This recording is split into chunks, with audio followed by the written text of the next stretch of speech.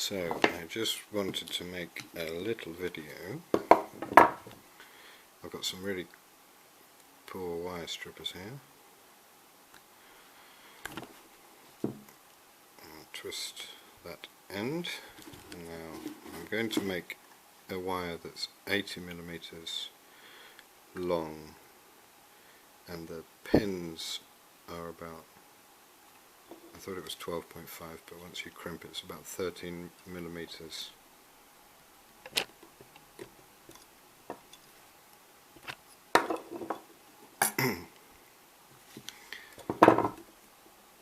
So 13 times 2 pins is 26.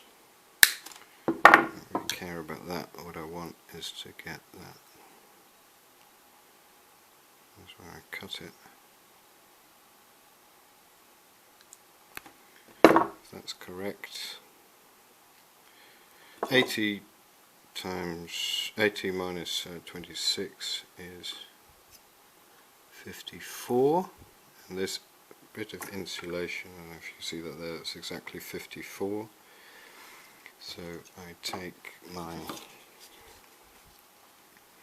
bit difficult to do with this with the camera in front, but here's my pin, one click, and then, let me show you, I'm pushing the insulation against the V.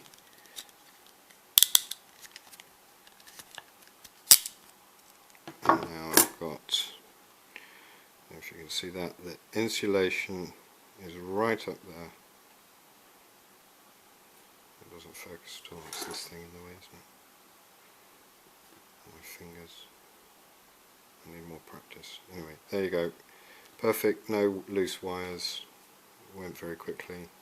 Twist this end. It doesn't really matter how much insulation there is there, because, or how much wire is showing, because the insulation is the right length.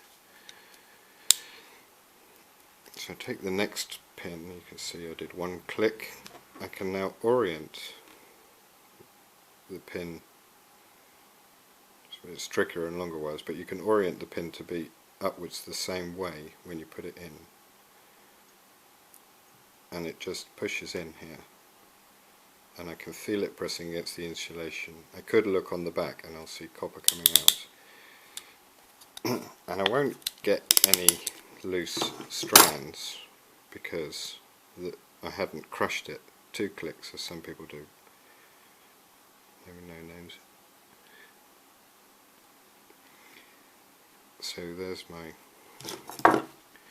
very short bit of wire, and I'll go to